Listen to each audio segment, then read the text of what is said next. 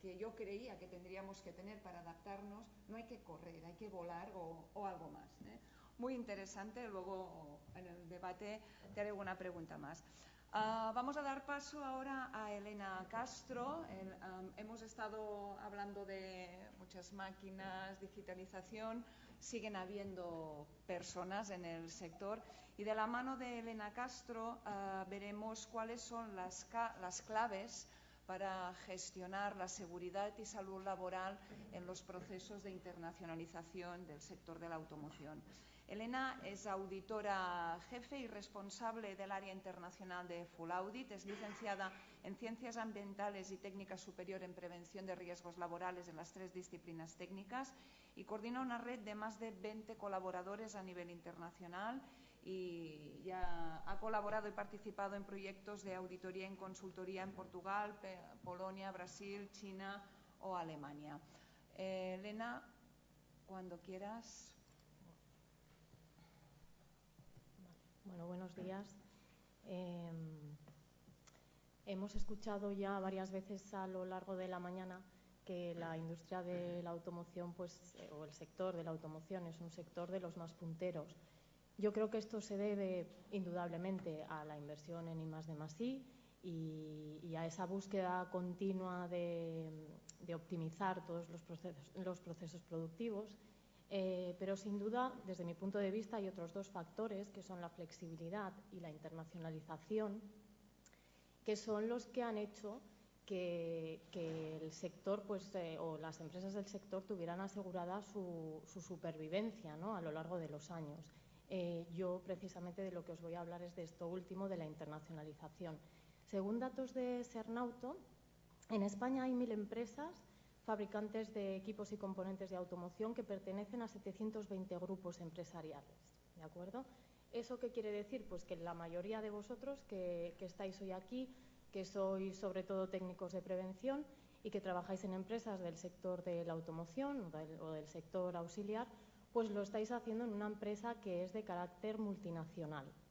Nosotros, como ha comentado Montse al principio, tenemos experiencia en auditoría desde el año 2001, pero en el año 2010 dimos el salto a nivel internacional y yo lo que voy a tratar de resumir en la intervención de hoy es un poco la experiencia de esos 7 años haciendo auditorías de requisitos corporativos a empresas de carácter multinacional que tienen ubicaciones en diferentes países. ¿Por qué? Porque cuando hablamos de una multinacional, yo creo que tienen una responsabilidad añadida, que es asegurar unos niveles estándar de protección a sus trabajadores independientemente del país en el que se encuentren. No queremos una seguridad de primer, segundo o tercer nivel. Es una responsabilidad de la compañía el asegurar un nivel estándar.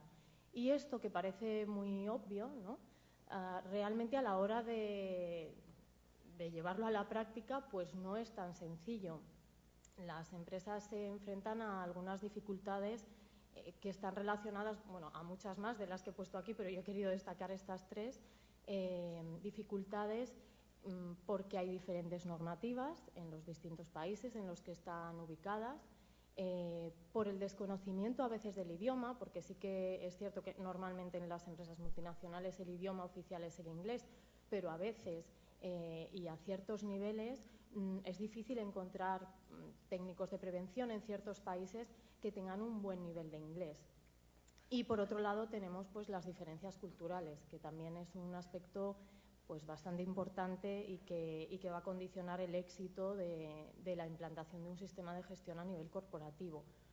¿Cómo hacer entonces que la gestión de la seguridad y salud tenga éxito, ¿no?, a nivel internacional?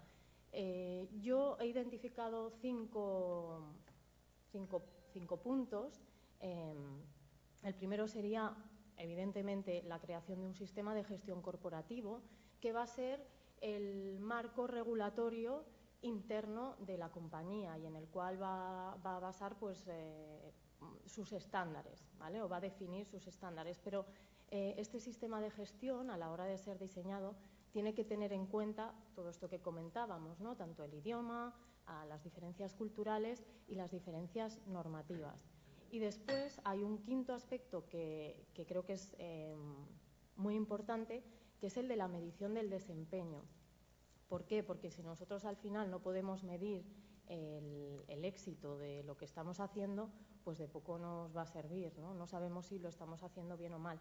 En este sentido, nosotros presentamos la auditoría como herramienta de medición del desempeño, además de los KPIs que se puedan tener establecidos, pero ya veremos más adelante pues que la auditoría nos va a aportar otro feedback diferente y complementario al que nos puedan aportar pues, los KPIs. Entonces, ¿por qué hablamos de un sistema de gestión corporativo? Bueno, pues para asegurar, además del cumplimiento de la normativa local, que aquí ya veremos que puede haber diferencias considerables en función del país o de los países en los que se encuentre la organización, pues la empresa lo que tiene que tratar es de garantizar unos estándares mínimos de protección a sus trabajadores, y que el señor que está trabajando en Brasil, aquí en Cataluña o en China, pues que esté igual de protegido y que midamos con la misma, bueno, que utilicemos el mismo sistema, ¿no?, de medición. ¿Cuáles serían los requisitos de este sistema de gestión, o que tendría que cumplir el sistema de gestión de la prevención corporativa? Bueno, primero, que sea implantable a nivel de toda la incorporación de la corporación y que se adecúe a las características de la compañía. No será lo mismo si queremos definir un sistema de gestión para una empresa que se encuentre únicamente pues en España y en Latinoamérica, a una empresa que realmente tenga presencia global en Asia o en Norte de África, porque habrá cosas, bueno, pues aspectos diferentes, ¿no? Debe permitir también incorporar la legislación local, es decir, debe definir unos mínimos, pero a la vez permitir que luego cada país regule esos aspectos que por normativa existen, ¿no?, en el país, y que por tanto allí son de obligado cumplimiento. Y aquí luego veremos ejemplos, porque hay veces que incluso hay bueno, conflictos entre lo que la compañía marca a nivel corporativo y lo que dice la legislación de cada país. Tiene que tener en cuenta las diferencias culturales y lingüísticas, luego lo veremos también, y permitir medir su grado de implantación y eficacia. Para esto nosotros pensamos que la auditoría es la herramienta pues, perfecta para hacerlo, ¿de acuerdo? ¿Cuáles son las ventajas de que una compañía multinacional pues, tenga establecido un sistema de gestión corporativo? Sin duda contribuye a la creación de la cultura preventiva de empresa, y esto nosotros lo vemos muy bien, ¿no?, en las auditorías.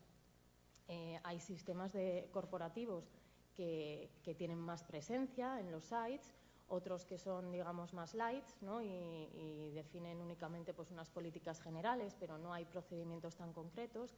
Pero, de todas maneras, bueno, pues se ve que existe en la compañía una cultura preventiva propia, ¿vale? ¿Qué pretende? Pues optimizar las condiciones de seguridad, garantizando estos niveles estándares de protección, y con ello el objetivo final, por supuesto, es reducir la siniestralidad y los costes asociados. Ahora, ¿qué ocurre? Que en ocasiones nos encontramos que el sistema, los requisitos corporativos ponen un listón muy alto, y a veces esto no es bueno, del todo bueno, porque se desmotiva, se llega a desmotivar, ¿no?, sobre todo en ciertos países donde quizás pues, la legislación no es que sea más permisiva o menos proteccionista, pero sí que hay una falta de esos mecanismos de control, pues por parte incluso de la inspección de trabajo, y por lo tanto, pues si yo no tengo inspecciones, no tengo a nadie que me sancione por hacerlo mal, pues me relajo, ¿no? En este sentido sí que podemos encontrar pues que ocurra esto, ¿no?, que cuando el sistema de gestión corporativo es muy exigente, en ciertos países se llega a desmotivar porque bueno, ven un poco inalcanzable el llegar a ese nivel, ¿no?, que les exige la corporación. Se ha de valorar también, a la hora de establecer o de definir este sistema de gestión corporativo, cuál va a ser el alcance del mismo, porque en función de eso vamos a tener una cosa u otra, ¿no? ¿Qué vamos a incluir? ¿Todos los procesos? ¿Solo los procesos productivos? ¿Vamos a incluir también el proceso de diseño? Los centros o las delegaciones comerciales, que también puede haberlas, porque en función de eso los requisitos deberán ser unos u otros. También los centros de trabajo en los que se pretende aplicar, si dejamos algún país fuera o no. El nivel de detalle, por supuesto, de los futuros requisitos corporativos, si vamos a hablar únicamente de política y algún procedimiento general o vamos a hacer procedimientos con requisitos más concretos. Se ha de valorar también el idioma en el que se emiten los procedimientos. Hablábamos de que normalmente es en inglés, pero bueno, dependiendo de la situación de cada compañía y de las ubicaciones que tenga, pues a lo mejor el inglés no tiene por qué ser el inglés. Y también hemos de valorar si existe una infraestructura para difundir e implantar ese sistema de gestión. Es decir, la compañía tiene un gestor documental que se puede instalar al que pueden tener acceso desde todos los diferentes sites, o no lo tenemos y decidimos difundir la documentación pues vía mail y a través de un directorio compartido. Un poco ver cuál es el estado en este sentido para decidir cómo lo vamos a materializar. Y, por supuesto, tener en cuenta las diferencias culturales, ¿vale? También una de las cosas que se ha de plantear es el estándar en el que se va a basar el sistema de gestión corporativo. Normalmente el estándar más extendido es la norma OSHAS 18001, que ya veremos si a finales de este año o se postergará a 2018 ya tendremos disponible la ISO 45001. Pues ya que diseñamos un sistema de gestión a nivel corporativo, pues por lo menos hagámoslo en base a una norma que sea certificable, ¿vale?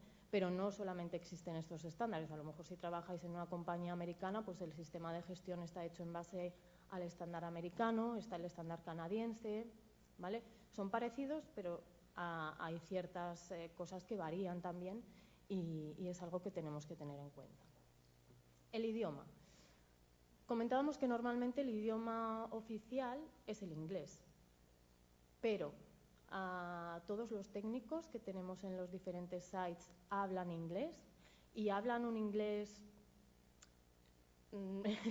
bueno, me entendéis, ¿no? Que realmente pues les permita comprender, cuando leen un procedimiento puedan realmente llegar a entender lo que se está pidiendo, porque nosotros, por nuestra experiencia, sabemos que hay países en los que existen problemas para encontrar perfiles con cierta cualificación y que además hablen inglés.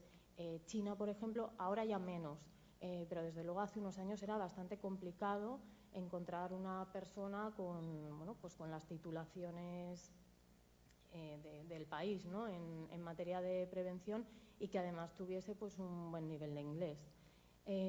Luego tenemos que plantearnos si tenemos un budget para traducirlo al idioma local, que sería lo ideal, para garantizar que la comprensión es completa, ¿no? de lo que queremos decir en el procedimiento corporativo, pero no en todos los casos es así. Aquí os he querido poner algún ejemplo para ilustrar o contextualizar un poco lo que estoy comentando sobre el idioma, ¿no? Porque muchas veces pensamos pues eso, que con el inglés, si sabemos inglés es suficiente, pero también, dependiendo de cuál sea el idioma materno de la persona, pues hay cosas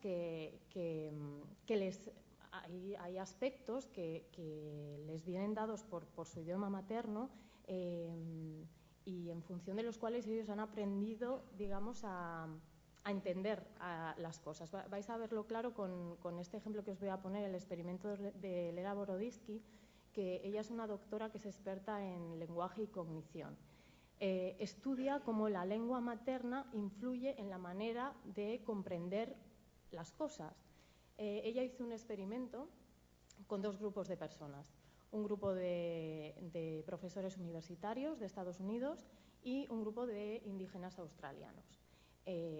Puso a cada grupo en un espacio cerrado y les pidió que con los ojos cerrados señalasen el sureste. ¿Qué ocurrió? Que el grupo de profesores norteamericanos, pues bueno, señaló donde a cada uno le parecía que estaba el sureste, pero al abrir los ojos encontraron que cada uno estaba señalando hacia un sitio diferente. Sin embargo, en el caso del grupo de los indígenas australianos, todo el mundo señalaba en la misma dirección. ¿Por qué? porque en la lengua materna de estos indígenas australianos no existe derecha, izquierda o delante, detrás, sino que se orientan por puntos cardinales. Es decir, dame el boli que está al norte, ¿no? Por ejemplo. Bueno, pues yo creo que es un ejemplo que nos sirve muy bien para ilustrar esto que quiero decir, ¿no? Que no siempre, bueno, a no ser que tengamos una persona que sea completamente bilingüe, pues en ocasiones hay dificultades vamos a encontrar dificultades en la comprensión de las pautas que queremos transmitir a los diferentes sites. Luego, por supuesto, pues tenemos los false friends, ¿no? De estos los conocemos de toda la vida.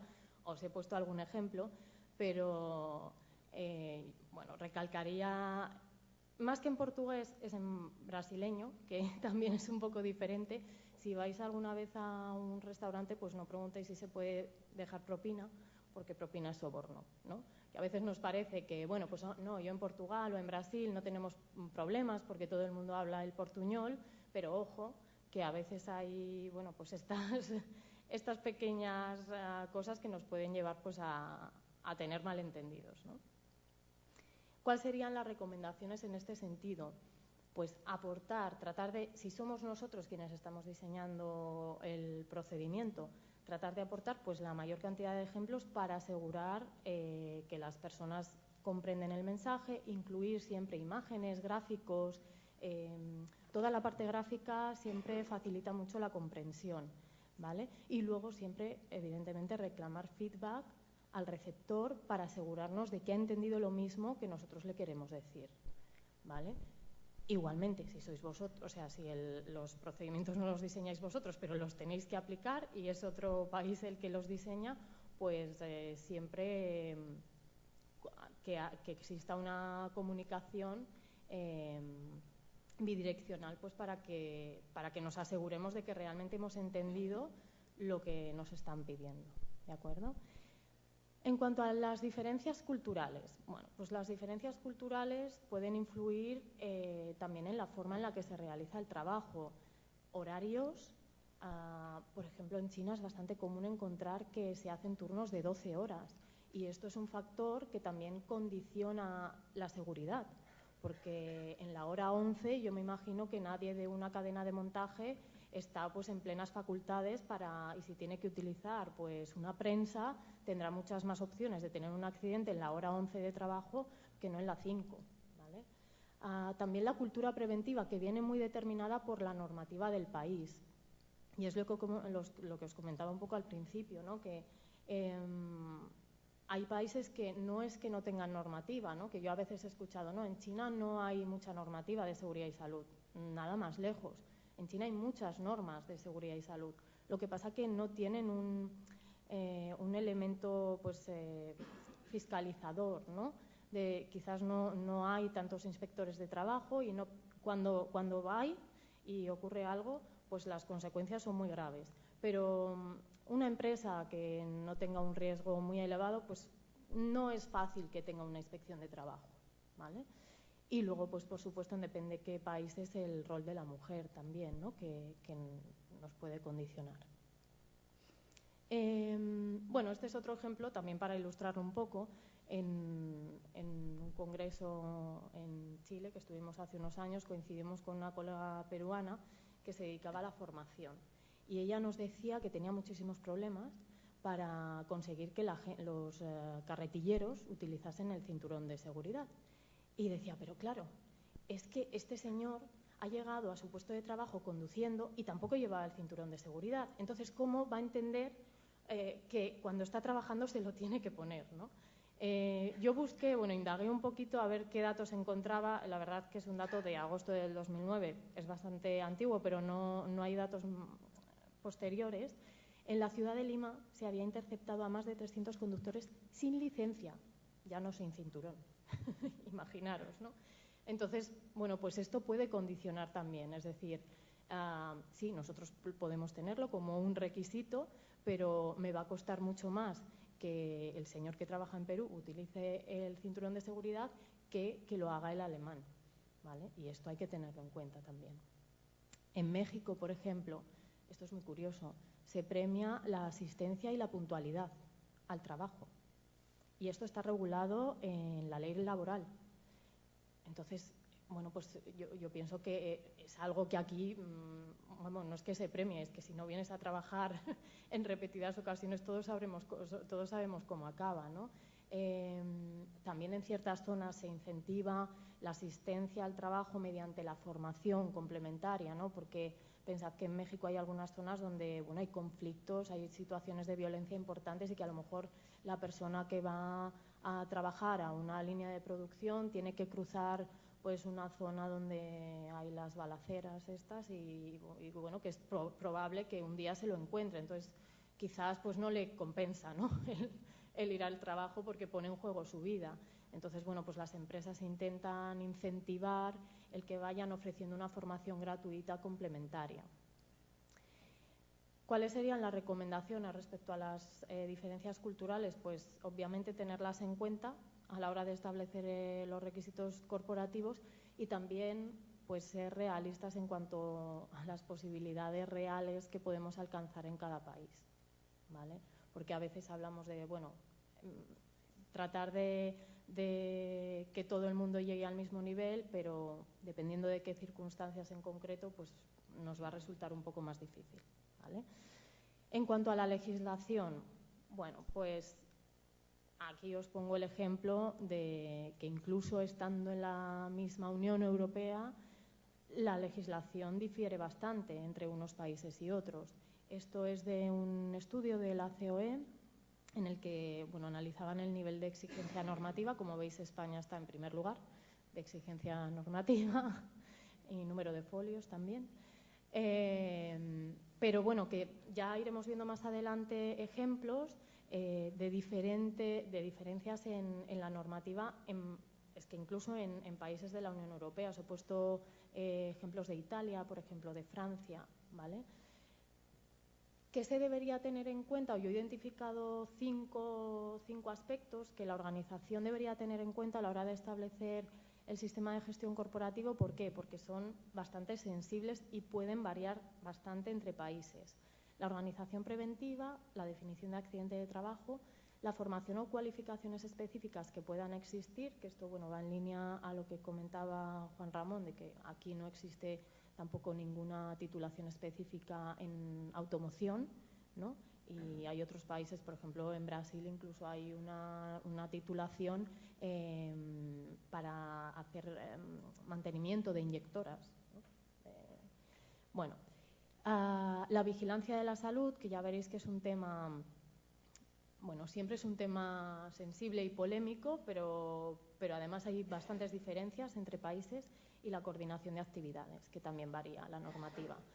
En cuanto a organización preventiva, bueno, pues lo normal es que la corporación nos pida tener una persona, al menos por planta, que sea el interlocutor con el departamento corporativo, pero luego, dependiendo del país, va a haber una normativa que regule incluso el número de técnicos que tenemos que tener en la planta en función de la actividad, del nivel de riesgo, etcétera. Aquí os he puesto el ejemplo de Brasil, que es uno de los países que tiene esto más desarrollado.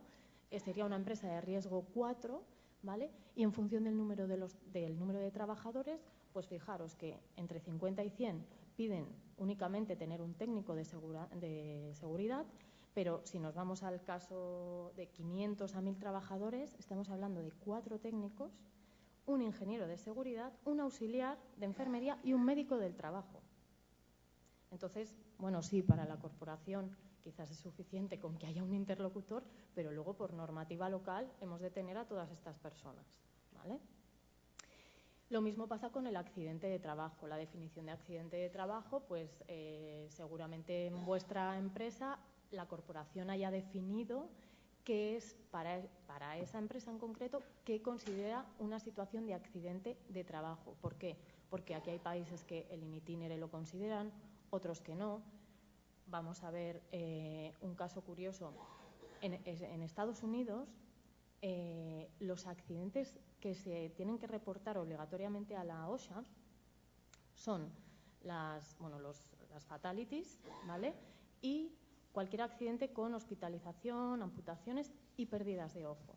El resto de los accidentes no se tienen que reportar Tú los guardas en un registro interno, pero no tienes que reportarlo. No es como aquí, que tenemos que reportar cualquier accidente que ocurra. Entonces, claro, tú a alguien de Estados Unidos le dices o le pides que reporte todos los accidentes y de primeras le va a chocar, porque ellos no solo reportan pues los mortales y los que tienen algún tipo de hospitalización, ¿vale?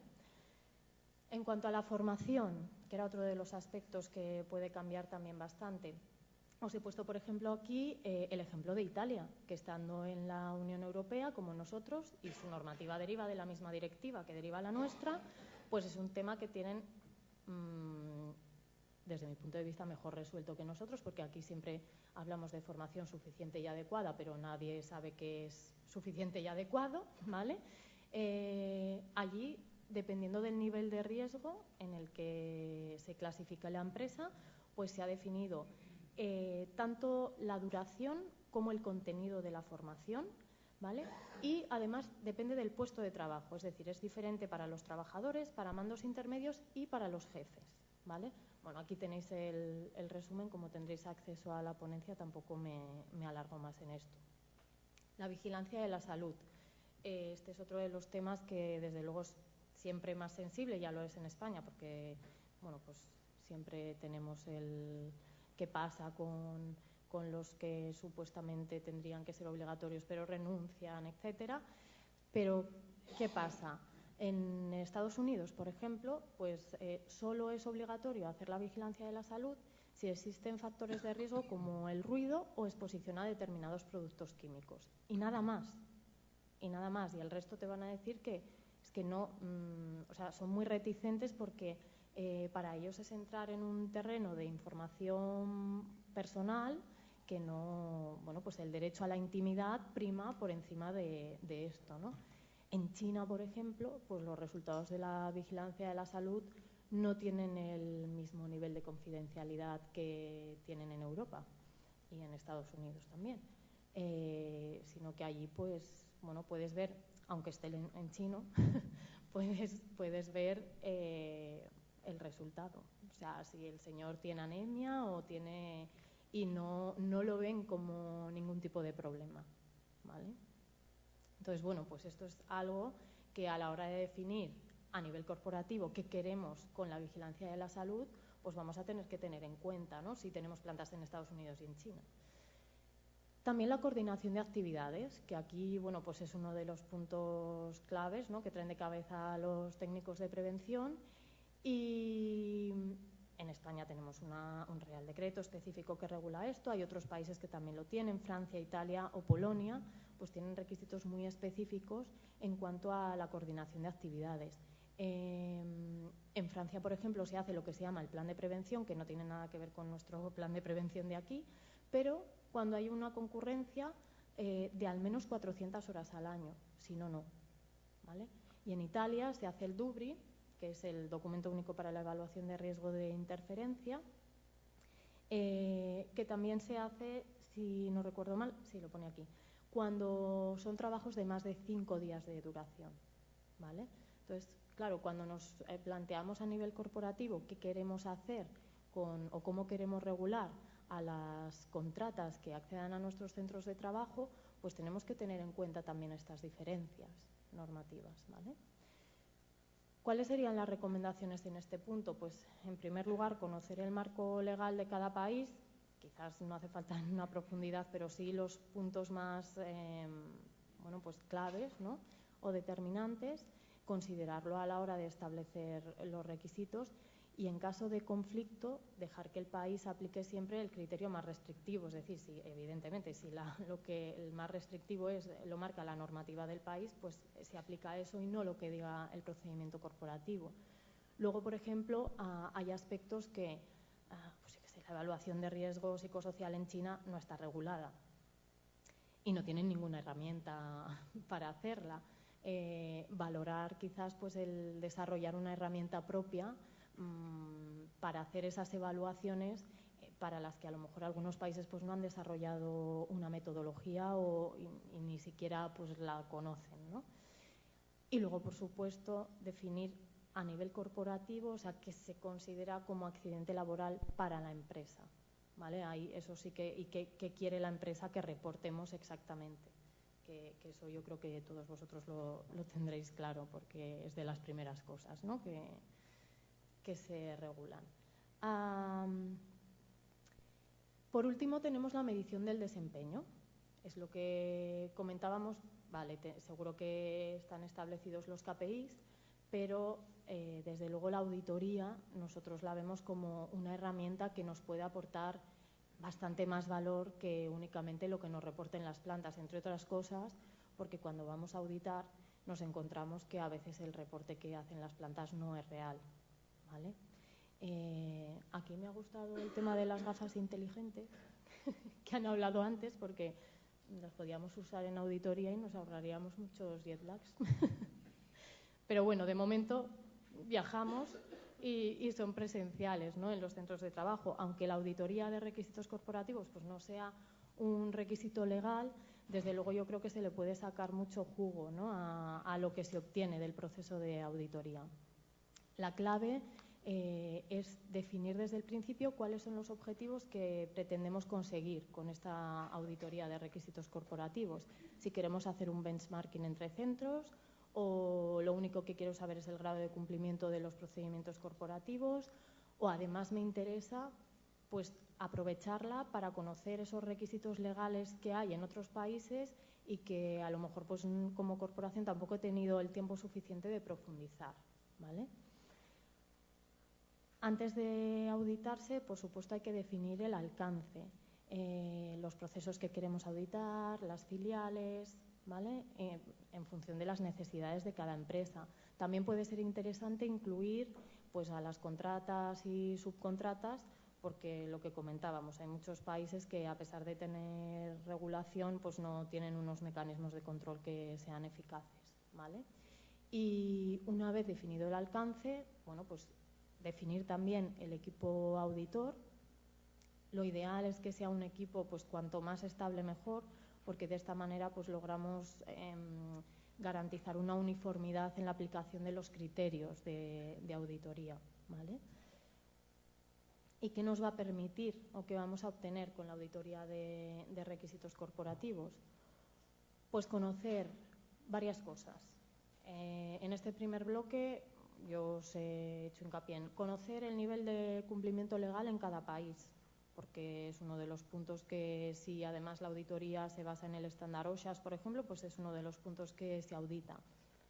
Vamos a medir también el grado de implantación de los requisitos corporativos en cada ubicación y vamos a comparar el desempeño en materia de seguridad y salud entre diferentes países o entre diferentes sites, ¿vale? Luego, esto se puede representar gráficamente de 1000 maneras. Os he puesto algunos ejemplos de gráficos.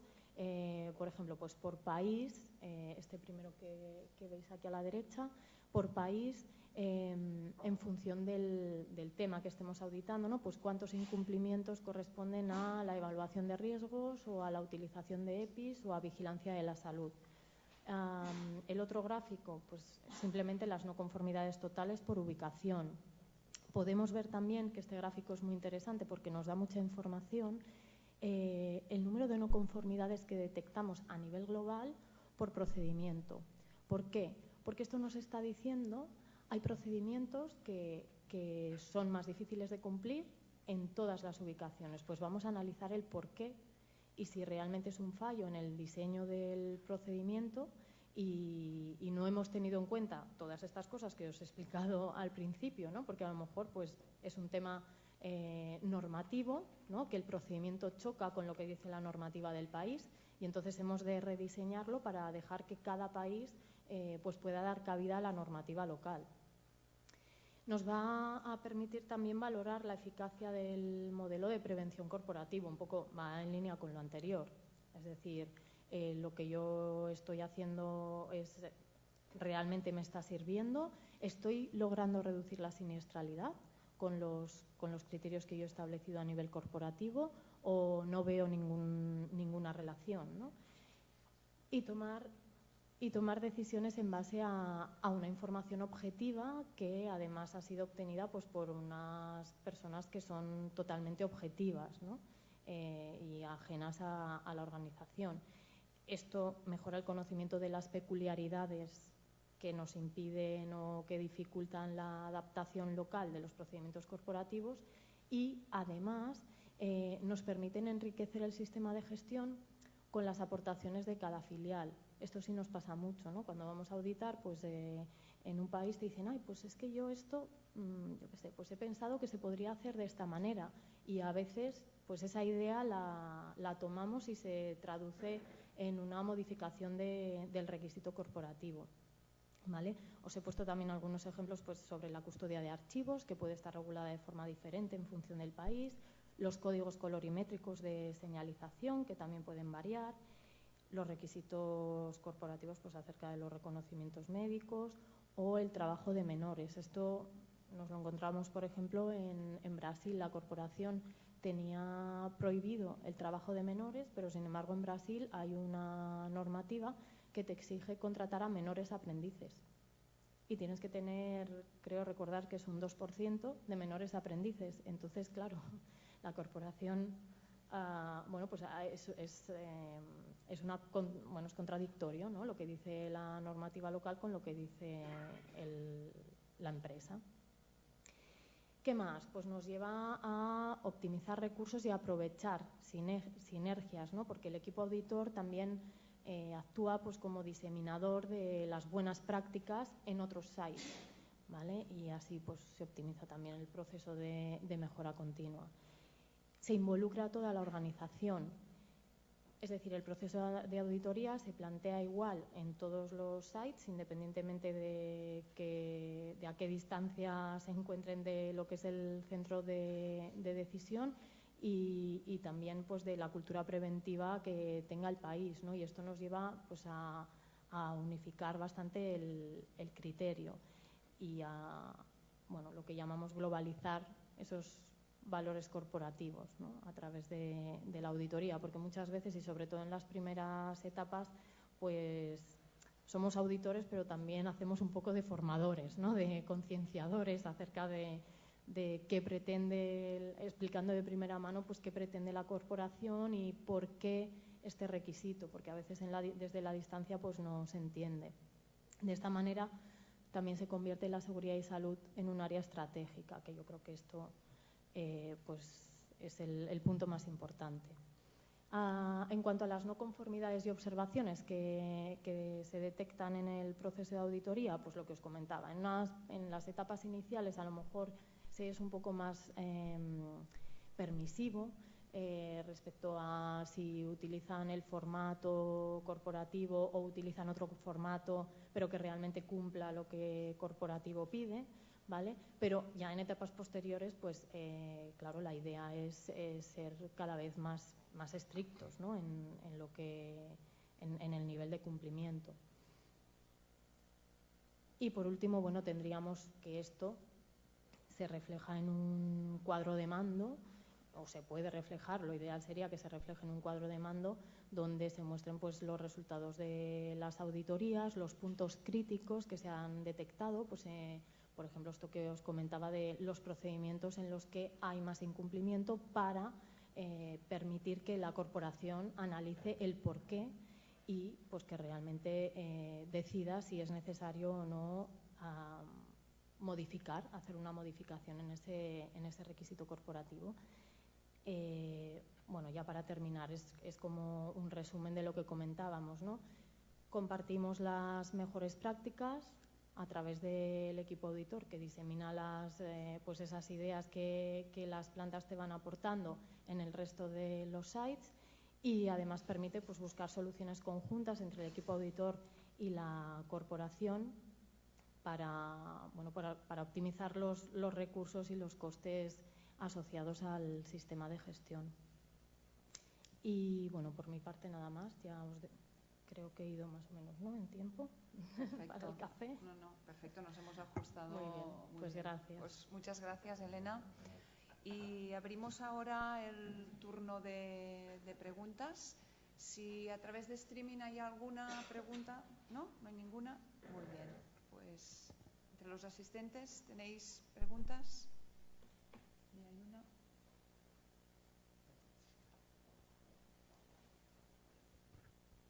Buenos días. Casi me espero a ver si hay preguntas de otras personas de la audiencia, porque yo estoy en calidad de cotilla, no pertenezco al gremio. Entonces, no quiero restar tiempo a las personas que están interesadas por su día a día en estos aspectos. Pero fórmulala. ¿Hay alguna pregunta? Si quieres, fórmulala. Pues la formulo. Perfecto. Una muy concreta, que es saber si las personas que no estamos en este sector en concreto podríamos tener acceso a esa sala maravillosa de bautismo 4.0. Y la segunda es para los dos ingenieros. Y me gustaría saber si todos estos adelantos técnicos que son tan engrescadores y tan sugestivos están de alguna manera relacionados con algún comité de ética dentro de las corporaciones o de los gremios o de las asociaciones o de los cuerpos estos que estáis montando. Nada más era esto. Gracias. Por alusiones, en principio yo se lo tendría que preguntar o pasar a mi compañero de SEA, porque es un tema interno para los empleados de SEA y para los proveedores de SEA. Entonces, a partir de aquí, no sé lo que ellos harán. Eso no le puedo contestar. Y en cuanto a la segunda, nosotros creemos que cada vez más los valores de la sociedad tienen que estar implementados en la formación, y en todo lo que haga el ser humano tiene que contar con esos valores de respeto, de sostenibilidad, de amor por el detalle, de esfuerzo, etcétera. Nosotros sí que creemos en nuestra asociación, en el Clúster de Industria de Automoción de Cataluña, que eso es fundamental. Pero apoyándome en lo que has preguntado, no sé si hay alguna otra pregunta, y mientras alguien se lo piensa, yo me gustaría hablar de la formación. Ha salido un poco, Elena lo ha dicho, pero tenemos un problema, que es que para la industria 4.0 necesitamos una formación distinta, una formación de un nivel superior a lo que tenemos hasta ahora. Tenemos que crear expertos en todas esas herramientas, porque si no los tenemos, los vamos a tener que incorporar de fuera y vamos a perder competitividad. Vamos a importar conocimiento, y lo que deberíamos hacer es formar conocimiento para exportar conocimiento. Este es un tema que, bueno, César, quizá tú mejor que yo lo puedes contestar. Y hablando un poco de esa formación y de lo que comentaba Elena de Brasil con los aprendices, en Alemania los aprendices trabajan. Y nosotros, en la formación profesional dual, en SEA, por ejemplo, existe ya un contrato laboral para esos aprendices, con un sueldo. O sea, yo creo que hay que saber diferenciar lo que es una utilización de la edad para sacarle un provecho, y otra cosa es de la formación con un contrato laboral que pueda permitir a los alumnos, a los chavales, crecer y desarrollarse. Eso es muy importante. Pero sí, realmente me falta, y no sé si alguien lo va a sacar, y yo quizá os hago una pregunta a vosotros. ¿Alguien de riesgos laborales está utilizando exoesqueletos? ¿Está haciendo alguien algo con los exoesqueletos?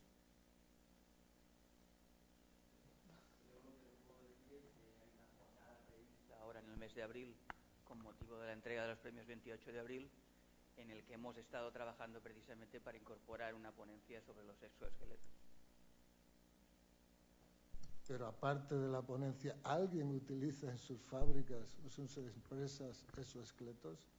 Bueno, yo sé que sea así, lo estáis haciendo una prueba, y sé que algunos socios nuestros, pero lo que me refiero a esto, Monse, perdóname, es por el tema de que quizá en el tema de formación y en el tema de riesgos laborales y salud laboral debemos incluir en la industria 4.0 todas esas nuevas tecnologías y todas esas herramientas que nos permitirá las gafas de visión artificial para aprender idiomas que hablaba Elena, etcétera, etcétera. Yo creo que es el momento que estamos, como bien decía Xavi, en un momento de la curva que debemos hacer un salto cualitativo muy importante. No, y yo solamente un apunte. En la cuestión de la formación, yo antes ha salido una transparencia que le ha pasado un poco rápida. El mensaje de Bosch, ellos hablan de impactar realmente. Ellos dicen tenemos que hacer una ofensiva literalmente en el campo de la formación, por los argumentos que comentabas. Nosotros trabajamos con un modelo, cuando hablamos de formación o de conocimiento, ¿no?, en la que tenemos ya en el ámbito profesional, pues tenemos la formación profesional, luego encima pues ya iríamos a los grados de ingeniería, luego por encima ya no iríamos al máster y luego por encima estaría el doctorado que ya liga con la investigación. Pero por debajo hay una capa común que está abierta a todo el mundo y que no tiene barreras, que lo podemos denominar, lo que se denomina el movimiento maker.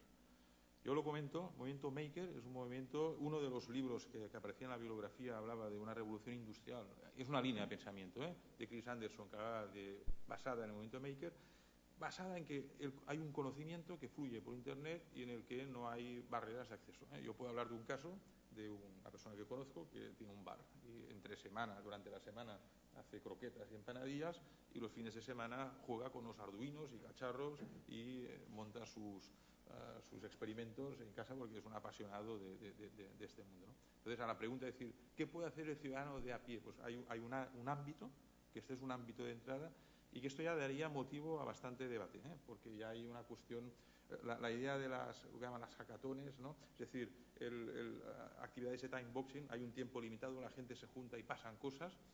Por ejemplo, la semana pasada en la Universidad de Cambridge pues hay una competición, se llama la Raspberry Pi Wars, en las cuales tú puedes ver equipos, hay que hacer un pequeño robotito que van pinchando un globo. Lo interesante es ver cómo un chaval de 14 años está hablando y solucionando problemas con un catedrático de universidad porque están en la competición. Es decir, la mentalidad maker iguala a todo el mundo en ese espacio, ¿no? Era solamente hacer una reflexión. Y luego decir que vamos a tener la Maker Fair este año en junio en el marco del Sonar. Sonar ya es un evento importante, pues en el pabellón Italia va a haber, hasta ahora era la mini Maker Fair, y en España la primera Maker Fair, que ya sería un poco la Champions de estas ferias, se hizo en Bilbao y ahora vamos a tener una en Barcelona. Gracias, Xavier.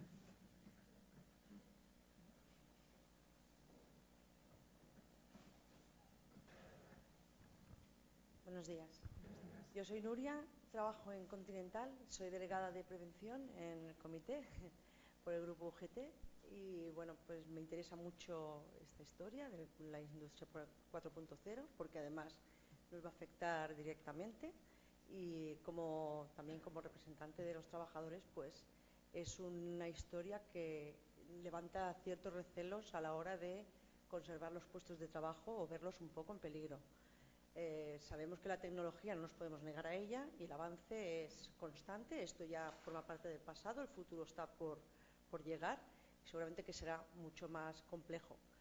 Pero sí que me gustaría pues que a la vez que estamos trabajando en la industria 0.0, todos los que sois especialistas y tal, tuviésemos en cuenta no solamente la formación, sino también la información. La información es muy importante, dado que hay personas que están ligadas directamente a trabajar con la industria 4.0 porque ya va a ser nuestro día a día y tienen que tener información sobre lo que puede representar, lo que va a implicar y también la parte que tenemos que hacer personalmente para poder estar a la altura. Claro, cuando formamos parte de una empresa, la empresa es la responsable de darnos ese tipo de formación y de información a todos los niveles, ya sea por idiomas, ya sea por la parte que, digamos, nos va a afectar, ¿no?, en nuestro día a día. Entonces, también, no solamente, como decía Elena, por el tema de prevención, que es muy importante, tenemos que estar siempre muy al tanto, porque, bueno, nosotros, por ejemplo, en nuestra empresa se está poniendo en marcha muchos puntos, como luego explicará mi compañero, que sé que va a intervenir, pero también, pues, tener en cuenta, pues, que todo esto, el personal que va a estar en una línea de montaje, que va a estar junto a un cobot ahora mismo, o un robot, o una máquina que va a hacer ciertos trabajos que antes hacía una persona, pues que también tenga esa información y además que sepa en todo momento también qué es lo que puede hacer y cómo se puede ver beneficiada esta persona o cómo se puede implicar con esta máquina que puede ser también una herramienta de trabajo. Gracias.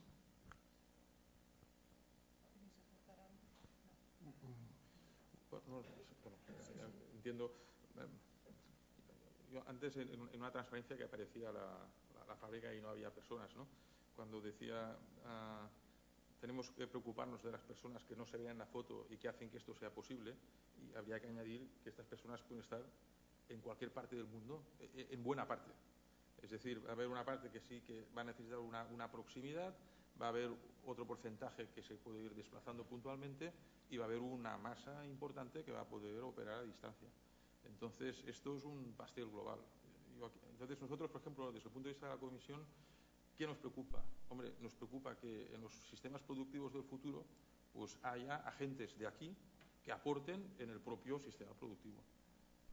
Tampoco nos preocupa que todo tenga que ser de aquí, no, porque también es muy interesante que desde aquí ofrecerlo afuera. Es decir, es una idea de transversalidad y en ese, digamos, pastel global, pues hay que estar. Este sería un poco el mensaje. Entonces, ¿qué hay que hacer? Pues aquí está todo el mundo. Está la formación profesional, súper importante, las ingenierías y luego la parte de arriba los doctorados industriales y la investigación. Y luego hay una base, que es ese movimiento maker, donde entronca el sistema educativo, los padres y los hijos que van a estos eventos, el fomento de las vocaciones industriales o de las vocaciones científico-técnicas, ya desde los pequeños, etcétera, etcétera. Sí. Si me permites, yo añadiría, por ejemplo, si todo esto nos viene de Alemania y los sindicatos en Alemania tienen la congestión, ¿por qué no tenerla aquí? Yo creo que es una oportunidad. Verlo, los sindicatos lo tenéis que ver como una oportunidad y creo que es una oportunidad, con lo cual, si vosotros en la congestión podéis representar y hacer que las cosas se informen antes, porque estaréis en la decisión, se consiga la formación y además se tengan pues unas buenas doctrinas de RSC y de seguridad laboral como tienen las grandes empresas, pues qué mejor para el trabajador. Y yo no creo tanto en que se pierdan puestos de trabajo. Al contrario, yo lo que creo es que si hoy tenemos puestos de trabajo de bajo nivel, lo que se va a hacer es mejorar el nivel del trabajador, el nivel, la formación, ¿no? Yo creo que cada uno de nosotros tenemos nuestros propios valores, pero hay uno que nos satisface más que el dinero, es que nos formen, que cuenten con nosotros. Y eso es lo que yo creo que las grandes empresas están haciendo. Sí, yo quería plantear una duda a Xavier. Como usuario de Internet hemos visto el avance de Internet y el papel que tiene en nuestras vidas, ¿no? Desde conexiones que eran precarias, ahora que estamos prácticamente conectados todo el día. En el Internet de las cosas, que es fundamental para la industria 4.0, ¿alguna vez te has planteado, pues yo me lo planteo a veces como usuario, un colapso de Internet? Porque entonces pasaríamos de industria 4.0 a lo que podríamos decir apocalipsis.2. Pues sí, claramente, pero hace algún tiempo. Es decir, hace un tiempo tenía serias dudas de que esto no se pudiera sostener, ¿no? Temas de ancho de banda. Entonces, yo recuerdo no hace tantos años que el ancho de banda era un bien súper escaso. Todo iba lento y luego parecía que la demanda, todo el tema multimedia. Sin embargo, sorprendentemente, pues ahora ese problema, a veces hay problemas de ancho de banda, pero en general, pues una conexión doméstica de 300 megas es una exageración. O sea, es decir, es unos recursos fantásticos y además resulta que la televisión viene también por el mismo canal. En el tema inalámbrico pues también parecía que había pues unas limitaciones. Ahora en el Mobile World Congress hemos asistido a la presentación, o sea, no está todavía el 4G implementado y todo eran demostraciones del 5G que ya estaban con realimentaciones de milisegundos, es decir, control en tiempo real a través de la red de telefonía. Entonces, la respuesta es, ¿estás planteado? Sí. ¿Qué observamos? O yo en mi caso, ¿qué observo? Que no parece que ahí haya problemas. Es decir, y luego los sistemas de información, encuentras empresas tipo Google, ¿no? Pues, o empresas de Internet que te regalan recursos, gigas, es decir, parece que no hay problema en esto.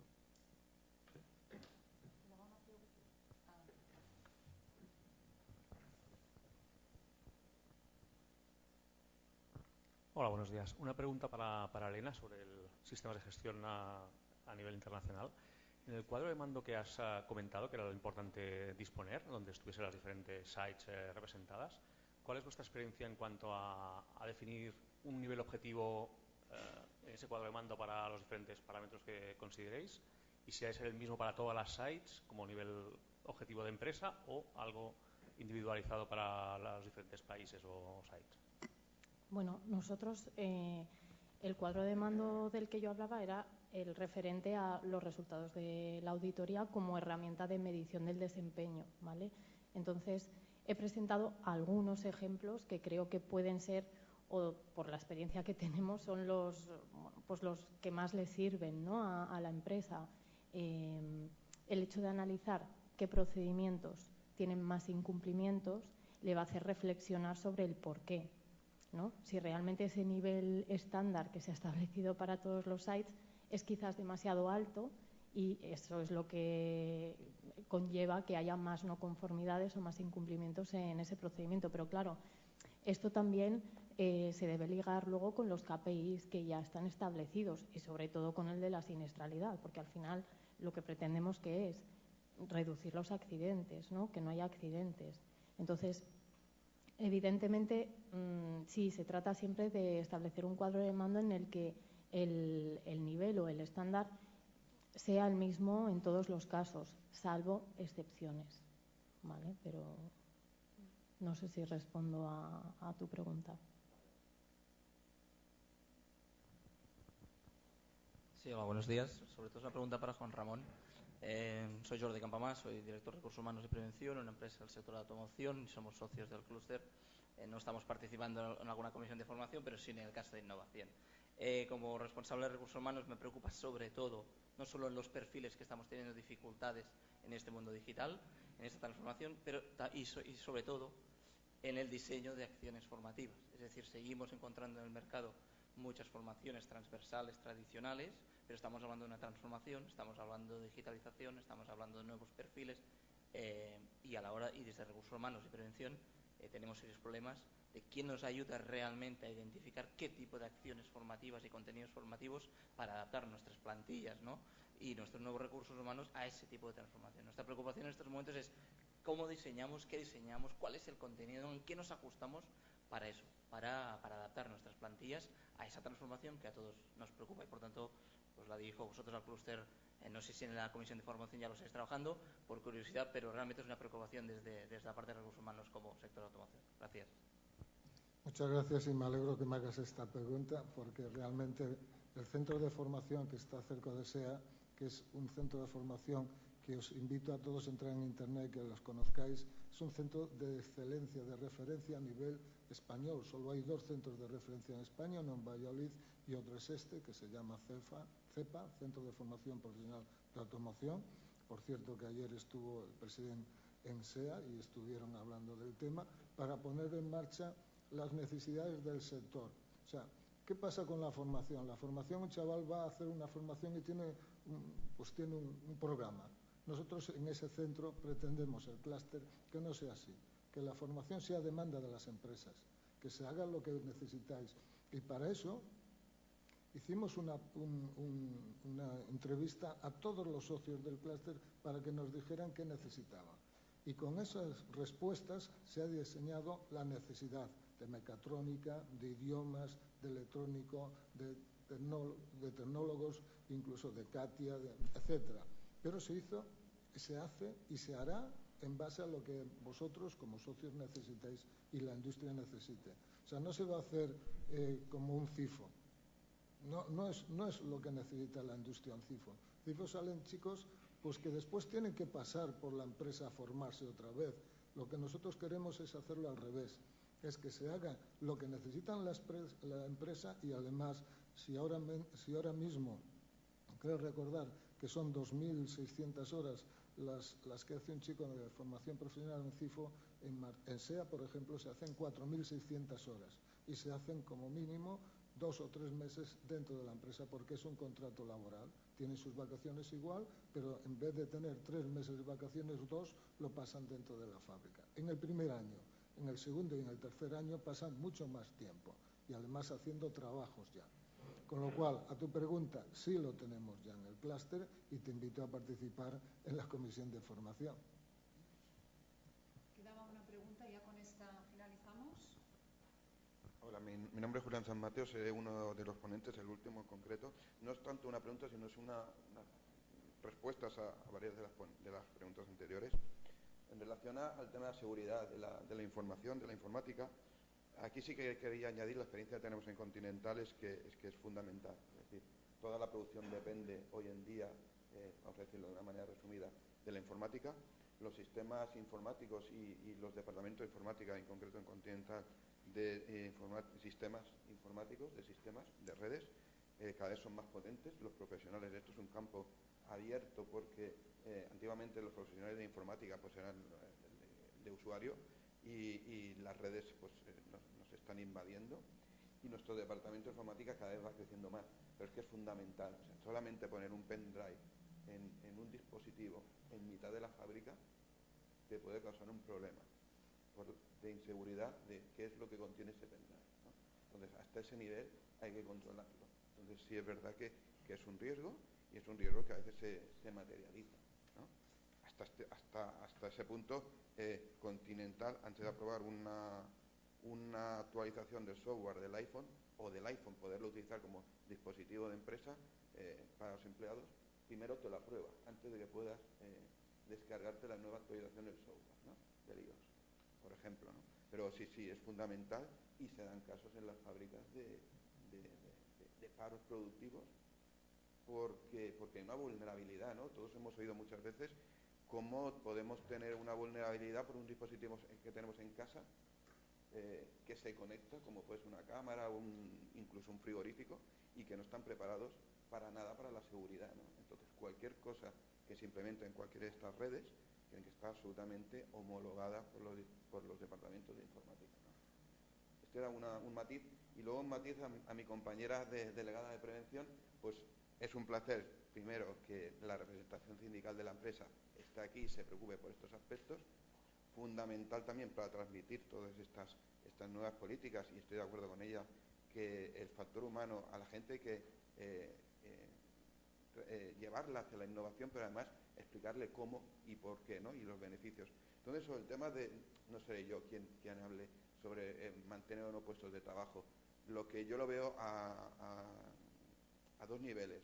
A corto plazo, como decía ponente Juan Ramón, ayuda a mejorar esos puestos que no son ergonómicamente adecuados y tal. Entonces, veámoslo desde un punto de vista a corto plazo de mejora de las condiciones de trabajo, y a largo plazo, sí, como decía ponente Xavier, la sociedad tiene que evolucionar, la formación, los profesionales, y a largo plazo dispondremos de menos personal no cualificado, personal más cualificado que esté al cuidado de esta tecnología, ¿no?